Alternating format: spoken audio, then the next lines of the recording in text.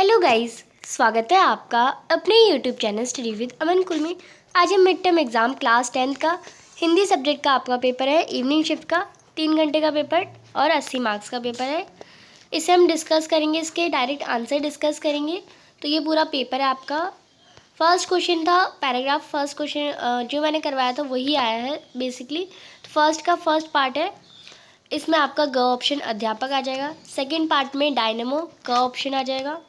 Third part में आपका ग ऑप्शन भौतिक विज्ञान आ जाएगा। फोर्थ है इसमें आपका ख ऑप्शन समुद्र का नीलापन करेक्ट हो जाएगा। नेक्स्ट है फिफ्थ क्वेश्चन। फिफ्थ है चंद्रशेखर वैकेंट मैन में पिता का वेतन कितना का था, तो 10,000 रुपये, 10 रुपये मात्र। तो इसमें आपका ग ऑप्शन आ जाएगा। नेक्स्ट है क्वेश्चन नंबर 2। फिर यहाँ पे आपको पोएम दे रखी थी, इसके आंसर करने थे। तो फर्स्ट का आपका ध्वज आ जाएगा क ऑप्शन। सेकंड का आपका मोह आ जाएगा ग ऑप्शन। थर्ड का आपका घ ऑप्शन आशीष आ जाएगा। फोर्थ का आपका मस्तक पर आ जाएगा क ऑप्शन। एंड फिफ्थ का आपका मातृभूमि को क ऑप्शन आ जाएगा। अगर आपने ये वाली पोएम नहीं करी तो आप ये वाली पोएम भी कर सकते थे। फर्स्ट का आपका आ जाएगा क ऑप्शन फूल। सेकंड का आपका आ जाएगा ख ऑप्शन भौरे को। थर्ड का आपका आ जाएगा ग ऑप्शन काटा। एंड फोर्थ का आपका आ जाएगा घ ऑप्शन फूल। नेक्स्ट फिफ्थ का आपका आ जाएगा ग ऑप्शन रात में। अब व्याकरण के क्वेश्चन है, रचना के आधार पर वाक्य भेद। तो ये पहला जो वाक्य आपको दे रखा है ये संयुक्त वाक्य है, क्योंकि इसमें और लग गया। ये वाक्य भी पूर्ण है, ये वाक्य भी पूर्ण है, संयुक्त वाक्य है। दूसरा मिश्रित वाक्य, इसमें से ख वाला हो जाएगा। ये पूरा ये हमारा संयुक्त है, ये हमारा सरल है और ये भी सरल है, पर ये मिश्रित वाक्य है। ख ऑप्शन आपका करेक्ट है। तो मैं डायरेक्ट आंसर ही बता देती हूँ आपको, क्योंकि आप पेपर तो कर चुके हैं। इसमें मिश्रित वाक्य आपका क ऑप्शन हो जाएगा। फोर्थ क्वेश्चन में आपको पूछा गया है इसमें उपवाक्य का भेद। तो जहाँ भी की लग जाता है वो संज्ञा आश्रित वाक्य होता है, तो इसमें भी क ऑप्शन आ जाएगा। फिफ्थ क्वेश्चन में फिफ्थ में आपका ख ऑप्शन अध्यापक ने कहा कि कल छुट्टी रहेगी, ख ऑप्शन आ जाएगा। चौथा क्वेश्चन है 4 प्रश्नों के उत्तर दीजिए। इसमें भी 4 ही करने हैं। आपको वाच्य बताना है, तो इस मैंने पुस्तक पढ़ी में कृतवाच्य, क ऑप्शन हो जाएगा। सेकंड, उन्होंने सारे काम कर दिए, इसमें ग ऑप्शन, उन्होंने सारे काम कर दिए गए उनके द्वारा, तो इसमें ग ऑप्शन आ जाएगा। मैं गा नहीं सकता, तो इसका मैं गा नहीं सकता, ये आ जाएगा आपका क ऑप्शन। नेक्स्ट फोर्थ का आपका आ जाएगा कृतवाच्य है हमारा अमित ने किताब पढ़ी। फिफ्थ क्वेश्चन में भाववाच्य का उदाहरण है कल घूमने चला जाए, तो इसमें आपका ग ऑप्शन हो जाएगा। फिर है यहाँ पे आपको पद परिचय बताना है। आगरा का पद परिचय हो जाएगा व्यक्तिवाचक संख्या, एक वचन, पुल्लिंग, कर्मकारक, ग ऑप्शन है। फिर है पत्रिका आपका हो जाएगा जातिवाचक संख्या, एक वचन, पुल्लिंग और कर्मकारक। फिर है तुम लोग कहाँ जा रहे हो, तो तुम लोग क्या है, एक सर्वनाम है। सर्वनाम अब हम 2 लोगों से ज़्यादा व्यक्तियों के लिए बोले तो बहुवचन होगा, तो सर्वनाम है, पुरुषवाचक है, बहुवचन है। तुम है यानी मध्यम पुरुष, तो और ये कर्ता कारक यानी पूछ है, जो ये क्वेश्चन जो करने वाला है वही है। प्रयागराज व्यक्तिवाचक संख्या है, जगह का नाम है, पुल्लिंग है, एक वचन है और अधिकरण कारक है। प्रयागराज में है ना, तो में और पर किस में आता है, अधिकरण में, तो इसमें आपका ग ऑप्शन आ जाएगा। नेक्स्ट है फिफ्थ क्वेश्चन। हमने मैच जीत ली, हमने क्या है, हमने सर्वनाम है, पुरुषवाचक है, बहुवचन है, प्रथम पुरुष है और कर्ता कारक, तो इसमें आपका ख ऑप्शन आ जाएगा। नेक्स्ट है इसमें भी आपको अलंकार बताना है। जो रहीम दीप गति दीप की, कुल कपूत गति सोए, इसमें अलंकार हो जाएगा श्रेष्ठ अलंकार, क्योंकि आपका इसमें एक ही शब्द के 3 अर्थ है। मिटा गोद मन भय मलिने विधि नदी दिन लेतु छनु छीद, तो उत्प्रेक्षा अलंकार हो जाएगा इसमें। नेक्स्ट कड़त असी रूपु तंते प्राण, तो इसमें आपका अतिशयोक्ति अलंकार आ जाएगा, ग ऑप्शन।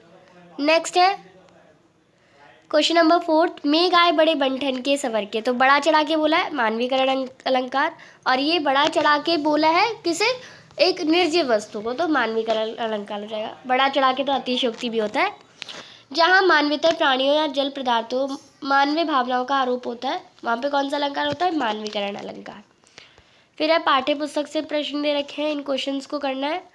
तो पहला प्रश्न है, कैप्टन ने अपनी आंखों पर किस रंग का चश्मा काला रंग का लगा रखा था? पान वाला किसका मजाक उड़ा रहा था? कैप्टन का उड़ा रहा था। पान वाले की बत्तीसी कैसे रंग की थी? लाल काली थी। हालदार साहब किसकी देशभक्ति के सामने नतमस्तक हो गए? चश्मे वाले की देशभक्ति। सब कुछ बड़ा विचित्र और कौतुक भरा किसे लगने लगा? हालदार साहब को। बाल गोविंद भगत आत्मा और परमात्मा के बीच कौन सा संबंध मानते हैं? प्रेमी और प्रेमिका का।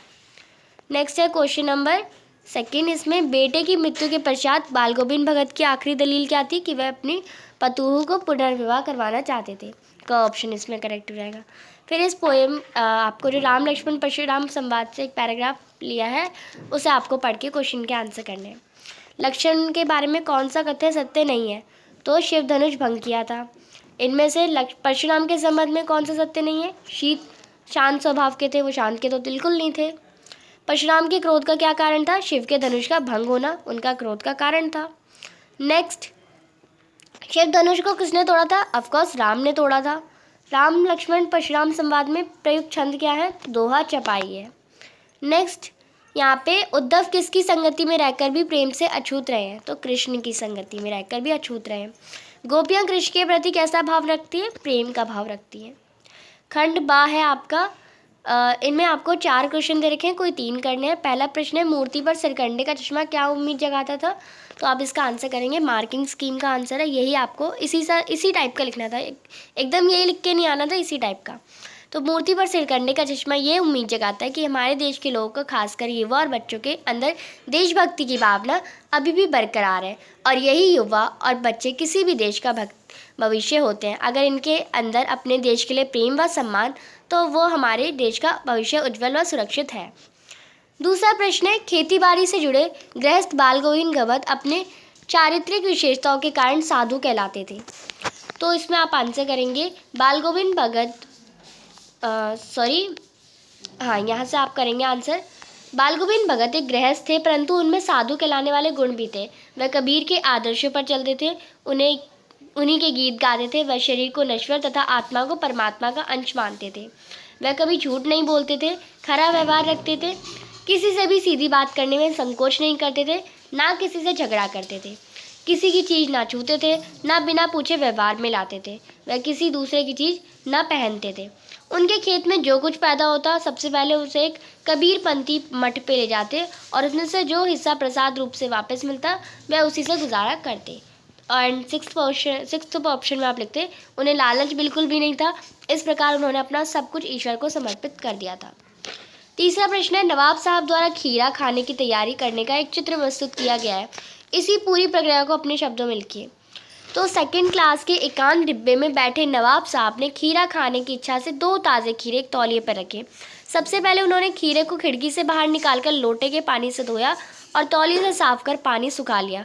फिर जेब से चाकू निकाला, दोनों खीरों के सिर काटे और गोद पर झाग निकाला। फिर खीरों को बहुत सावधानी से छीलकर फाकों पर बहुत कायदे से चीरा, नमक मिर्च की सूख बरक दी। इसके बाद एक एक करके उन फाकों को उठाया और उन्हें सूंघकर खिड़की से बाहर फेंक दिया। नेक्स्ट, इसमें चौथा प्रश्न है, लेखक को नवाब साहब के किन हाव भावों से महसूस हुआ कि वह उनसे बातचीत करने के लिए तनिक भी उत्सुक नहीं है?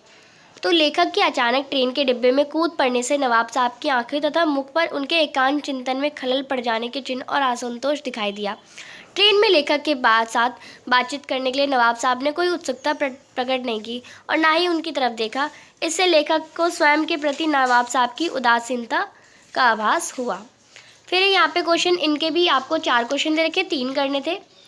तो फिर पहला प्रश्न है, गोपियों द्वारा उद्धव को भाग्यवान कहने में क्या व्यंग निहित है? तो गोपियों द्वारा उद्धव को भाग्यवान कहने में व्यंग निहित है कि उद्धव वास्तव में भाग्यवान ना होकर अति भाग्यहीन है। वह भी श्री कृष्ण के सानिध्य में रहते हुए भी उनके प्रेम से सर्वथा मुक्त रहे। श्री कृष्ण के प्रति कैसे उनके हृदय में अनुराग उत्पन्न नहीं हुआ? अर्थात श्री कृष्ण के साथ कोई व्यक्ति एक क्षण भी व्यतीत कर ले तो वह कृष्ण में हो जाता है। वह प्रेम की सुखद अनुभूति से पूर्णतः अपरिचित है। दूसरा प्रश्न है, परशुराम के क्रोध करने पर राम लक्ष्मण की जो प्रतिक्रियाएं हुई, उनके आधार पर दोनों के स्वभाव की विशेषता अपने शब्दों में लिखिए।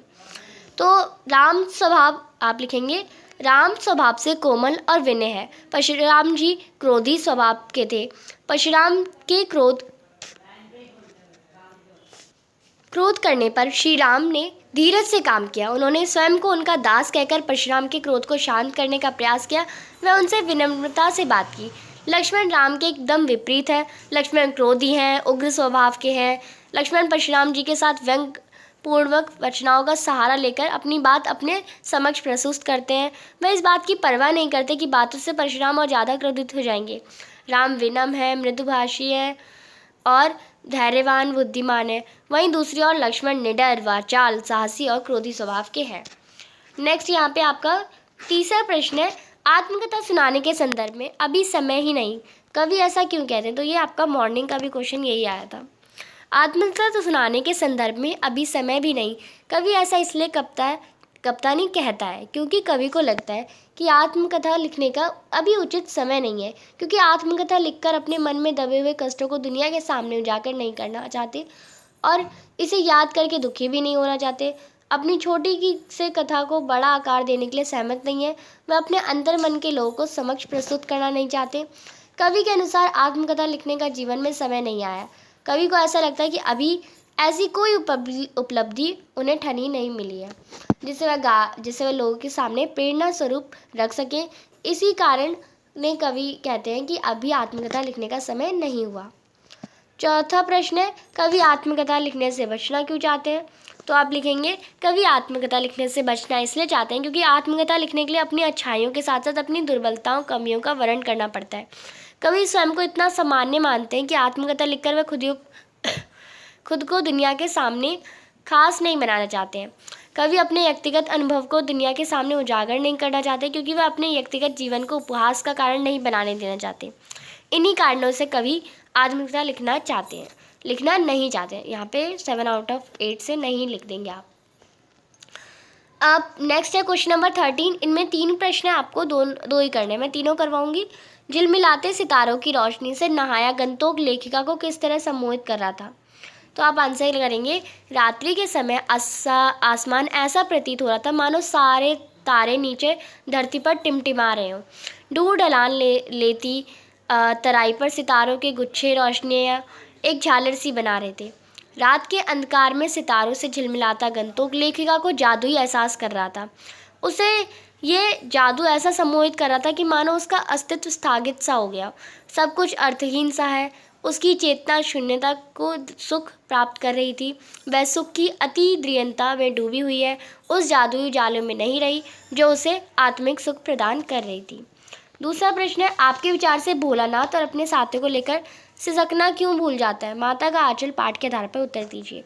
तो भोलानाथ भी अब बच्चों की स्वाभाविक आदत के अनुसार अपनी उम्र के बच्चों के साथ खेलने में रुचि ले लेते हैं। उसे अपनी मित्र मंडली के साथ तरह तरह की क्रीड़ा करना अच्छा लगता है। वह उसे हर खेल व हड़दंग के साथी है। अपने मित्रों को मज़ा करते हुए देख वह स्वयं को रोक नहीं पाता, इसलिए रोना भूलकर वह दोबारा अपनी मित्र मंडली में खेल का मज़ा लेने लगता है। उसी मग्न अवस्था में वह सिसकना भूल जाता है। तीसरा प्रश्न है, आपने देखा होगी भोलानाथ और उसके साथी जब खेलते खाते समय किसी न किसी प्रकार की तुकबंदी करते हैं। आपको यदि अपने खेलों आदि से जुड़ी तुकबंदी याद हो तो लिखिए।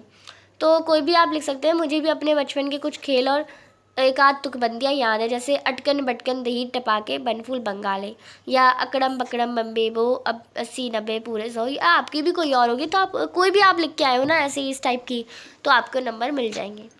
नेक्स्ट है खंडगा। यहाँ पे आपको अनुच्छेद लिखना था वायु प्रदूषण।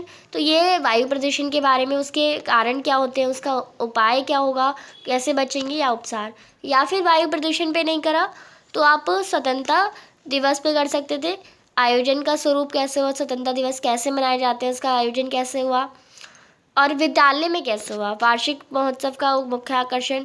और अभी वार्षिक उत्सव ही हुआ था, फिर स्वतंत्रता दिवस आ गया तो उसी के साथ साथ तैयारी भी हो गई, तो ये सब आप लिख सकते हैं। समाज निर्माण में विद्यार्थियों की भूमिका। समाज निर्माण में विद्यार्थी कैसे शिक्षा से रिलेटेड है। शिक्षा और विद्यार्थी कैसे समाज का निर्माण कर सकते हैं, आज के समाज का स्वरूप कैसे बदला है, और समाज में विद्यार्थियों की बदलती भूमिका और एंडिंग आपको करनी है। फिर एक पत्र लिखना है, आपके क्षेत्र में हो रहे जल भराव से आपको हो रही असुविधा का वर्णन करना है। नगर निगम अधिकारी को सेवा में, नगर निगम अधिकारी जी, नगर निगम दिल्ली, दिल्ली नगर निगम, दिल्ली का एड्रेस, और फिर आप यहाँ पे दिनांक लिखेंगे, फिर विषय, और फिर पूरा पत्र लिखने लगेंगे, और फिर लास्ट में धन्यवाद और एड्रेस लिख देंगे। ऐसे ही आपको करना है। पत्र का असुविधा हो रही है, कैसी असुविधा हो रही है, ये सब आप बता सकते हैं।